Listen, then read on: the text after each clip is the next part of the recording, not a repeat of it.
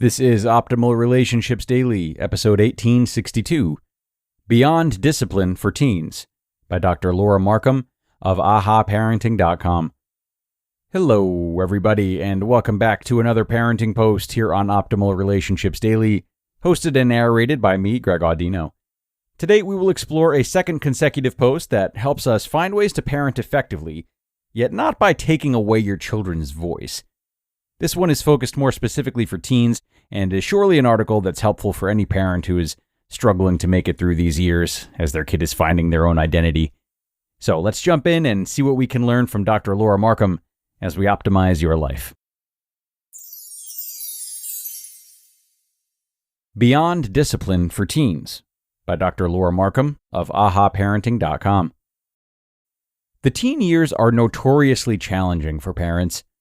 Much like the toddler years, kids sometimes seem intent on doing exactly the opposite of what we ask, and for some of the same reasons. Their job now is to find their sea legs as a person, to shape an identity, to sort out what's important to them. Their integrity would be compromised by simply doing what we ask because we ask it. They need to believe it's the right thing for them. So, discipline, as we usually think of it, backfires with teens. If you come down like a sledgehammer, you can count on open rebellion. If you crack down on the rebellion instead of listening to your child's reasons, you can count on your teen becoming a very good liar and sneaking behind your back. If you have a strong-willed child, you've already learned from your child's rebelliousness that you can't control your child. You can only help him want to cooperate and foster the emotional control that will help him to do so. Of course, if your child hasn't been rebellious, you may have thought you were in control of your child until now. I have some bad news. You weren't. Maybe your child respected you and wanted to follow you, which means you were doing a great job staying connected as a parent, but your child was still making the choice to do what you asked.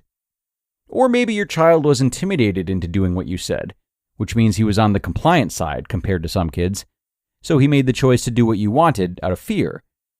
But if he had ever said, "You can't make me," you would have had to resort to ever stiffer punishments to get him to obey. That may work with compliant kids, but it doesn't work with strong-willed kids, and it doesn't work with teens. But that doesn't mean you can't guide your teen.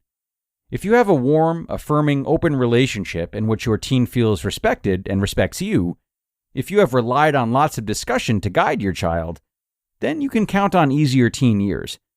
Your child will honor your rules most of the time, and will initiate negotiations about the ones that don't work for her. That's because you will remain at the center of your child's life, and she won't want to disappoint you. And because you've been empathizing with her feelings, your child has developed the ability to regulate her emotions, which helps her manage her behavior. Finally, kids who are not punished, but are instead lovingly guided to make reparations and solve problems, are earlier to develop internal discipline and a strong moral sense. So your teen now has the ability to make the hard choices to do what's right, regardless of what her friends are doing. By contrast, if you've relied on punishment to control your child, you may find yourself in for a bit of a shock as your child grows into the teen years. Not just because your child will resist, but because a parenting style that relies mostly on the threat of punishment does not give a child the self-discipline to manage himself. Since you can't be there all the time, it's time to shift to the kind of strong parent-child relationship that makes your child want to do the right thing. Where to begin? Number 1. Commit to a respectful tone for everyone in the household. If you're yelling, stop. That's why your child yells and is disrespectful. Really, it's not necessary to yell to get your child's attention or cooperation if you have a good relationship. Yelling is bullying. How do you feel when someone yells at you? Number 2. Focus on strengthening the relationship so that when you set a limit like homework before screen time, or express an expectation like, "We speak civilly in this house," your child wants to cooperate. Make sure you have one-on-one time with each child every day, in which you mostly listen. If your teen is too busy to connect, give foot massages. You can't hope to have any influence if your kid doesn't enjoy being with you. Number 3. Stop punishing. Instead, be sure your teen knows the non-negotiable family rules. There shouldn't be many of them, so stick to the important stuff. Then, sit down with your family to negotiate anything else. One of the keys in getting teens to cooperate is respecting that in most areas of their life, they need to be in charge. Of course, you stay in charge of safety, and to some degree, of health. Number 4. Foster accountability in a new way. Repair. Worried that your child isn't being held accountable if you aren't revoking privileges to punish? Introduce the concept of reparations. This isn't a consequence or punishment that you impose. This is when you ask your teen if there's something he can do to make the situation better now. For instance, if he says something mean to his sister, he'll need to do some repair work on that relationship. If he breaks something, he'll need to help pay for a replacement. But remember that if you think up the reparation and force it down his throat, it only makes sense that he'll reject it. Instead, let this be an empowering opportunity for him to learn that we all make mistakes, and we can always take action to make things better. Instead of taking something away, like a privilege, or adding something negative to his life, like a punishment, think of this as adding something positive to his life, a positive interaction with his sister to heal what went wrong between them. Number 5. Set clear expectations about what matters to you. This will vary for every family. In mine, our teens are expected to treat us and each other civilly, to be honest with us, and maintain good grades. Because they have to travel an hour each way to school and have lots of after-school activities, they're often gone from 7 a.m. to 8 p.m., so we don't expect them to carry a lot of responsibilities for the household during the school year. They do help whenever we ask, and they're expected to do more in the summer. They're also expected to hold jobs every summer to earn money for their college funds. Number 6. Give whatever support is necessary for your child to meet your expectations. If your teen doesn't seem to be working hard in school, try to determine if that's because he needs to actually buckle down and do the work without getting distracted by social media, in which case the answer is your presence at homework time, or because he needs some tutoring in a specific subject to catch up, in which case don't delay because he will fall further behind. If he's rude to you, consider it a red flag that your relationship needs some work and get on that. Regardless of the issue, your teen won't necessarily know how to make things better. He needs your help. You may not know either, but your partnership and willingness to step in to support him in figuring out the next step will reassure him that he is not alone, and it'll go a long way toward solving the problem. And number 7, keep your sense of humor as you stick to your limits.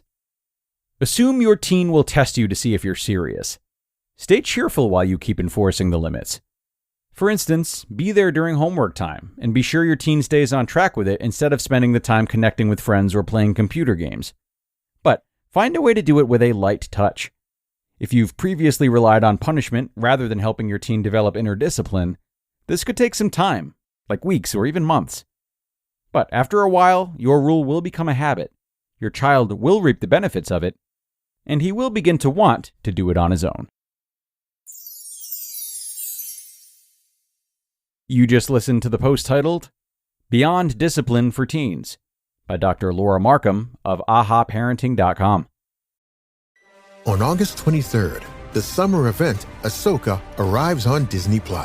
Witness the thrilling adventure of former Jedi Knight Ahsoka Tano as she uncovers a disturbing new threat to the galaxy far, far away.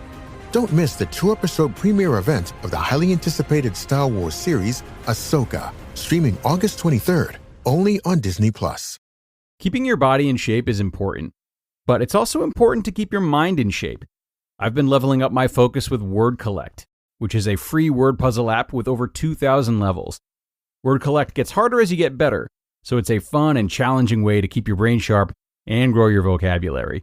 I highly recommend you give this fun and addicting brain game a try. And right now, Word Collect is offering you 2,500 coins and 500 gems when you download and play. And those coins help. You'll need them when you're having a hard time reaching the next level. I've been there a few times myself, and I'm very thankful they made it easier for me to keep going, because it really is a fun and educational game. So, stop mindlessly scrolling through social media.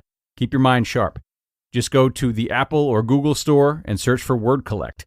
So if you're like me and want to get fit with your mind and body, download Word Collect for free today. I highly recommend you give this fun and addicting brain game a try. Download Word Collect for free today. And thank you so much to Dr. Laura for this post, which I thought had a lot in common with the one that we heard yesterday as well from Medina Sokoloff, as I mentioned in the intro. You know, both authors are certainly on the same page about looking past what often feels like traditional forms of discipline, kind of laden with friction and an exploitation of power. But this approach is getting a lot more acknowledgement recently, which we love and are happy to support here on the show. And as far as this post in particular is concerned, I think it's also worth noting that setting limits and clear expectations with your kids can be a collaborative process. One way in which that's done is by keeping good humor about it all, as Dr. Laura mentioned, but also inviting them to offer their 2 cents and negotiate a bit. For example, if good grades are a requirement of yours as a parent, you might ask them how they feel about that and how they think they can make that happen in a way that feels minimally invasive to them. And together you might agree that, you only have to check their homework on weeks right after they perform poorly on a test instead of all weeks.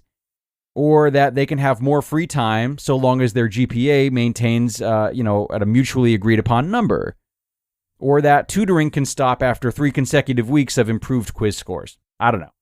Whatever works. The point is to team up, especially now that they're old enough to have, more of a say in how they spend their time. Help them cultivate that skill by working together on how to fulfill both your expectations, putting yours first as a parent, but not by playing the role of enforcer. So, think about how you could do that with your children, however old they are and whatever department you might wish they were performing better in. It's time to wrap things up here on ORD, everyone. But thank you for being here and doing right by your relationships today. Enjoy your Friday and be sure to come on back tomorrow for more, where your optimal life awaits.